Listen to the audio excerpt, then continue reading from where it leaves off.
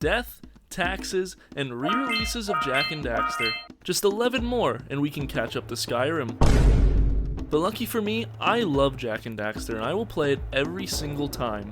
So keep them coming, Naughty Dog. Before the completion of this game, I stand at 96 platinums and I am showing no signs of stopping. So make sure to subscribe to the channel to join me on my journey on becoming King of the Platinums. My journey started where all good journeys start. Yes, ladies and gentlemen, that is Geyser Rock. It is here where I learned to play the game I have played hundreds of times. I collected my first power cell, and learned that if you fill your body with enough electricity, you can open doors just by your presence. Samos also teaches you that collecting 50 tiny green balls can heal you. Thank you, Samos? After collecting all 50 Precursor orbs and finding the last power cell, I have earned my first trophy in the game. Geyser Rock is now complete. I returned back to Sandover village where Samos tasked me with unclogging his vents. I thanked him for this by trying to give him a hug, but he wouldn't accept. Before setting off on my adventure, I had a chat with Kira, who taught me about limitless supplies of blue eco underground. Hey, baby! I made my way down to the village and promised the sculptor I would save his muse, who somehow made his way to Misty Island. Spoke to the mayor and promised I would pay his electricity bill, and made a deal with the crazy bird lady that if I saved her precious Flut, she would give me a power cell. Before heading to Sentinel Beach, I stopped the farmers' yak cows from terrorizing the beach in the most humane way possible, punching them. On the beach, I tricked this cannon lurker to blow up these boxes for me, and received instant karma for this pelican has stolen my power cell. Do not worry, we will get our revenge later. I am calling this Operation Pelican. I got around to unclogging Samos' vents, gently pushed Flut off a cliff, and scaled a towering temple which possessed a power cell at the top. I decided to take a break from my heroic actions to scare some seagulls around the beach, which somehow caused an entire cliff to collapse. Do not underestimate the power of seagulls. I wasn't done on the beach, but had to take care of some business in the Forbidden Jungle to carry on with Operation Pelican.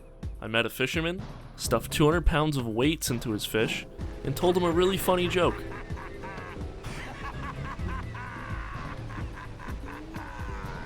Next, I had to scale this tower without running out of blue eco, which would give us our second trophy of the game.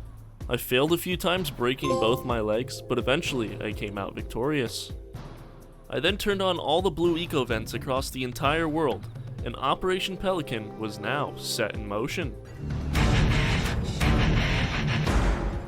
But first, I had to take care of this dark eco plant that was terrorizing the jungle above.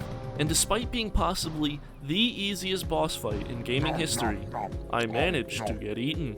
This is what the kids these days would call a skill issue. I returned the favor by punching it in the face and stomping on its lifeless corpse to extract them sweet precursor orbs hidden inside. After solving the Sandover village energy crisis and lobbying 90 orbs for the mayor's election campaign, it was finally time to complete Operation Pelican. I made my way to the top of the cannon, took out its crew, and decided to take matters into my own hands. With one simple cannon shot, I finally got my revenge on that stupid fucking pelican. He won't be stealing from me again anytime soon. And finally, to complete Sentinel Beach, I collected the final Scoutfly, which earned me another trophy. Next, I made my way to Misty Island to rescue Little Furry Dude for the sculptor, which I managed to somehow do in one lap. As a child, it literally looked like I was running the Misty Island Grand Prix. It would take me sometimes 20 minutes to catch this stupid thing. I managed to die 15 times in the arena, and ran over a bunch of lurkers enjoying a day out on the water.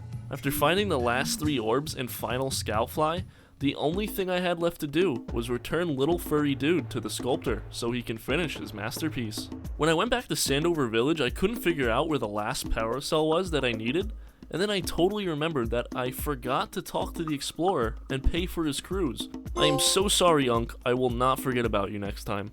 I headed back to the jungle to grab the last Precursor orb, and on my way I stopped at the fisherman to see how he was doing. He was of course still laughing at my joke.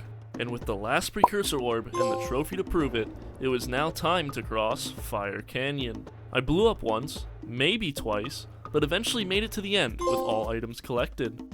And if you couldn't tell, Daxter is very excited.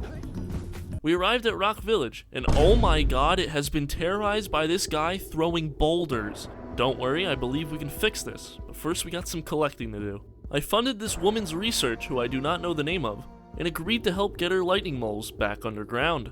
I hopped on my zoomer, did some gardening, murdered a few diaper lurkers, and reunited the family of lightning moles. I completed a ring challenge, completed a slightly harder ring challenge, and broke 15 barrels to earn another trophy for doing so.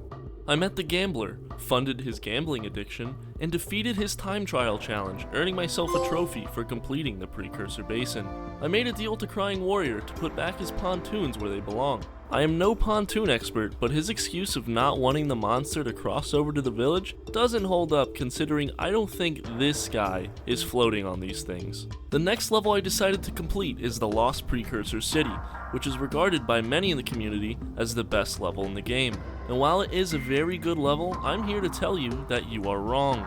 I will say the amount of times I got shocked, burned, or died to these double lurkers was embarrassing, but it was not going to stop me from completing the level. I rescued 2 scout flies and a precursor orb out of these jars, not without dying of course. I became an electrician and fixed this precursor submarine to return it to the surface, take notes Ocean Gate, and set off a dark eco trap and had to climb to safety. I also obtained a trophy for breaking all green eco chests on the slide, even though there is clearly still chests left on it. The last thing I had to do for this level was collect a scout fly that I passed earlier in the video, which was very inconvenient because the only way to leave the level from the point this scout fly is at is to keep going down the slides and complete the dark eco trap, which was like the 5th time I had to do it and I was just tired of it. Eventually I did make my way back to Rock Village and collected the final scout fly I needed to earn this trophy. And now, ladies and gentlemen, it is time to play my favorite part of this game, Boggy Swamp. Boy oh boy, where do I begin? The yellow eco, flut, this guy. This level is truly a masterpiece and I will not be convinced otherwise. Anyways, I got ambushed once again, died a few times, met Boggy Billy, aka Popcorn Sutton, and protected his fruitcakes from the swamp rats. And with my heroic deed, I have saved his pet hip hog. I took Flut for a ride through the black tar, she didn't mind, and freed this balloon from these sacred grounds, completing my collection for the Boggy Swamp. With everything in the second hub now complete, it was finally time to make that monster pay. I lifted the boulder with my own 2 hands, dodged all his weak attacks, and before you ask, yes, I died a few times, and defeated him with the power of Yellow Eco. My next task was to reach the end of Mountain Pass before these diaper lurkers blew up the entire valley. I succeeded, but not before I hit this and blew myself up. We have now arrived at Volcanic Crater, and it turns out the sage who was supposed to save us was evil this whole time? Who would have thought? Anyways, I have more collecting to do, but not before I ruin the day of every Jak and Daxter fan with this one sound.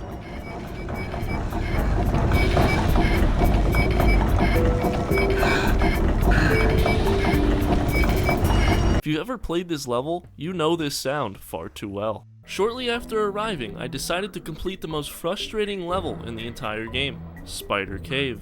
I got into a staring match with this lurker. I won, of course, swung on some monkey bars, swung on some more monkey bars, survived an onslaught of spiders, and murdered a family of centipedes.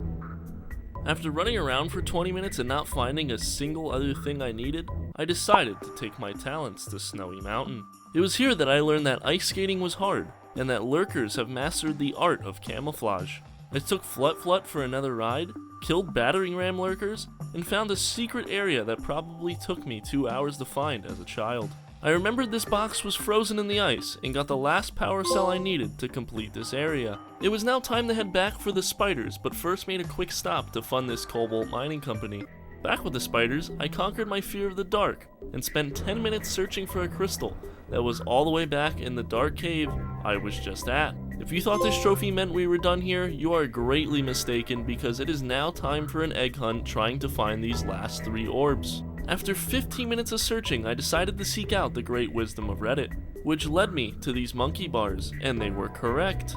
Thank you, Redditors. I then used Yellow Eco from the Spider Caves to get the final power cell in Volcanic Crater, and headed back to Mountain Pass to also collect the final power cell there which now means we have completed every level up until this point. Before we move on to the final section of the game, I need to clean up 2 trophies in other levels. The first trophy is Daxter's performance, and I had to get to the top of Geyser Rock in less than 12 jumps. This consisted of doing uppercuts most of the level, as they don't count as jumps.